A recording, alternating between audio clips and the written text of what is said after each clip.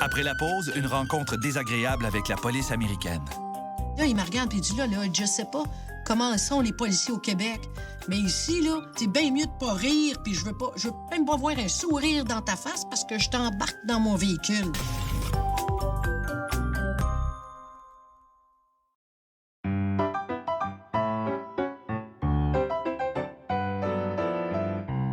Voyager en Westphalia, c'est un peu comme trimballer sa maison sur roue. Pour Sylvie, rouler en Vaux, c'est un gage d'autonomie et de tranquillité d'esprit.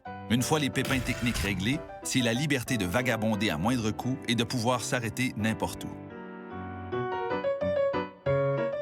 Comme je vis dans mon Westphalia, ben j'ai pas d'hôtel ni rien de ça à payer. Alors je trouve que c'est une façon vraiment géniale. C'est plus sécuritaire aussi, vu que je voyage tout seul. Durant l'été 2013, Sylvie est partie seule à la découverte des États-Unis. Voici une mésaventure que nous appelons « erreur sur la personne ». Sylvie longe la côte atlantique des États-Unis depuis quelques semaines et se retrouve en Caroline du Sud. Elle roule vers le nord en direction de Myrtle Beach lorsque sa pompe à essence rend l'âme. J'étais sur l'autoroute et puis je trouvais qu'il y avait un drôle de comportement, le Westphalia, tu sais, on dirait qu'il commençait à boquer. Fait que je me tasse un petit peu sur le côté. Puis là, j'arrête du monde, tu sais. Connaissez-vous une place où je peux aller, un garage, tout ça. En faisant un peu de recherche, Sylvie trouve un mécanicien dans les parages, mais elle doit faire demi-tour. Je vois que j'ai passé tout droit. Je suis en voie du centre. Alors, je dois couper la voie de droite puis revenir sur mes pas. En entrant dans le stationnement, je vois un flasheur de police qui me fait signe d'arrêter. Fait que je me demande bien qu'est-ce que j'ai pu faire. Fait que j'arrête. Il s'en vient me voir. Hey, grand, blond, costaud. Vous avez fait un bien mauvais virage à droite. Vous avez presque causé un accident. Puis, genre, ouais, je dis, je suis désolé, je n'ai pas vu ça. Honnêtement, je n'avais pas vu ça. Fait que comme j'ai dit ça, il me dit, Are you drunk? Fait, non, j'ai pas bu. Le policier prend les papiers d'immatriculation de Sylvie et retourne à son véhicule. Lorsqu'il revient, les nouvelles sont mauvaises. Vous avez des problèmes avec la police, hein, au Québec? C'est non, monsieur. Oui, je le sais. I know that. Il dit... Mais voyons, you laughing at me or what? Laughing at me, je voulais dire ça dans le sens, ben voyons, c'est une joke ou quoi, mais ça a l'air que ça n'a pas la même connotation en anglais, tu sais. Ça veut plus dire t'es en train de te foutre de ma gueule, tu sais. Fait que là, il était pas content. Get out of your van.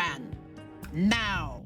Sylvie s'exécute, mais lorsqu'elle s'étire pour saisir son sac à main, la tension monte de plusieurs crans. Là, il se retourne et il me gueule après. Leave that in your car and come here, right back of your van and don't move. Alors, je sors de ma van, je m'en vais en arrière, puis là, il me regarde, puis il dit, là, je sais pas comment sont les policiers au Québec, mais ici, là, tu vas respecter les policiers, puis il dit, je te dis, c'est bien mieux de pas rire, puis je veux même pas voir un sourire dans ta face parce que je t'embarque dans mon véhicule.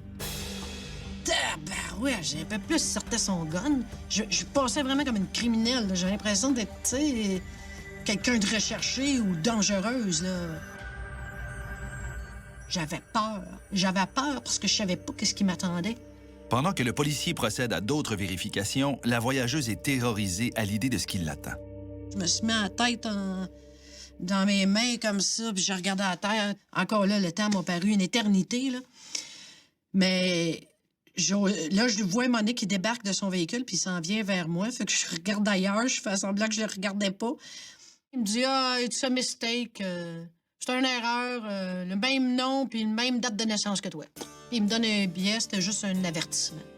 Tout le mauvais feeling que j'ai pu avoir, là, quand il était vraiment agressif comme ça avec moi, j'ai traîné ça toute la journée. Là. Il m'en a fait voir de toutes les couleurs, man, tu sais. Après s'être remise de ses émotions, Sylvie fait réparer son véhicule et reprend la route. Mais le Westphalia n'avait pas dit son dernier mot. Je dirais qu'il a de la misère à avancer. Puis là, plus ça va, plus il fait du bruit. Là, il se met à faire un gros bruit. Fait que je me tasse sur le bord de la route.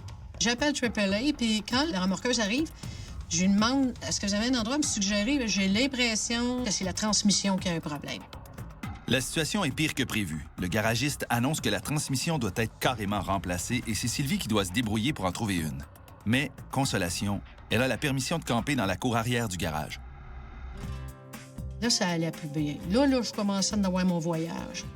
Là, ça commençait à m'affecter un peu plus. Parce que là, tu passes 3 jours en arrière d'un garage. Puis en plus, c'était une ville que j'avais peur. Sa rue, je veux dire, c'était ou des jeunes avec le gros rap dans les chars sport qui passaient 2-3 fois à côté de moi, puis, tu sais, ou des homeless, là, des sans-abri. Une transmission de Westphalia, ça ne court pas les rues, si bien qu'après plusieurs jours, les recherches de Sylvie sont vaines. Mais heureusement, Sylvie a un frère dévoué, très dévoué. Bon, ben, il dit, garde, Sylvie, là, j'ai trouvé une transmission. Elle est à Sainte-Agathe. Je m'en viens te la porter. La transmission arrive et le mécanicien assure que le véhicule sera prêt à reprendre la route dans 2 jours. Une fois le Westphalia réparé, elle quitte enfin Petersburg en direction de la maison en suivant son frère de près. Mais un Westphalia, c'est un Westphalia.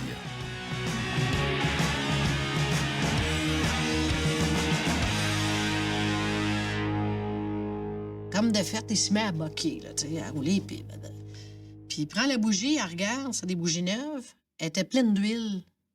Il dit, là, c'est pas normal, là. Il vient d'échanger, puis tout ça. Fait qu'il l'essuie comme faut, il remet dedans, je repars. On fait une vingtaine de kilomètres, ça recommence encore. On a fait ça un bout de temps en roulant. Après quelques kilomètres de répit, le Westphalia décide d'en finir une fois pour toutes. Cette fois, c'est le moteur qui flanche. Son frère devant rentrer chez lui, Sylvie doit se débrouiller seule. Là, je regarde toutes les possibilités, tout ça. À un moment donné, j'ai reçu un téléphone le soir. Mon grand ami Mario, qui me dit... j'ai un ami, moi, qui fait du rallye. Il y a un genre de plateforme là, pour mettre des véhicules. Donc, il y a les rampes d'accès aussi pour mettre des véhicules. Puis, il est habitué de faire les États-Unis puis de rouler. Lui, il est prêt à aller te chercher. Parce que là, il n'était plus question de trouver un endroit pour faire réparer ça aux États-Unis. Puis là, rendu au moteur, là... C'est donc juché sur un camion à plateforme que Sylvie et son Westphalia rentrent au bercail. Après 5 semaines, mon garagiste à Sainte-Agathe, il a installé un nouveau moteur. Fait que là, j'ai pu aller le récupérer finalement. Puis là, ben, je suis prête à repartir. Quelques prérequis sont nécessaires pour être propriétaire d'un Westphalia. Une grande indulgence envers ce véhicule et une bonne dose de confiance en la vie. Je considère que le voyage que j'ai fait a été rempli d'embûches, mais j'ai toujours réussi à m'en sortir. Puis à chaque fois que j'ai eu des bad luck, il y avait tout le temps quelqu'un pour venir m'aider. Quand tu voyages comme ça, puis tout seul, peut-être même que tout seul, c'est encore mieux. Parce que les gens, ils viennent à nous. Ils sont toujours prêts, le monde, à aider les autres. Il y a toujours quelqu'un pour t'aider, tout le temps, tout le temps.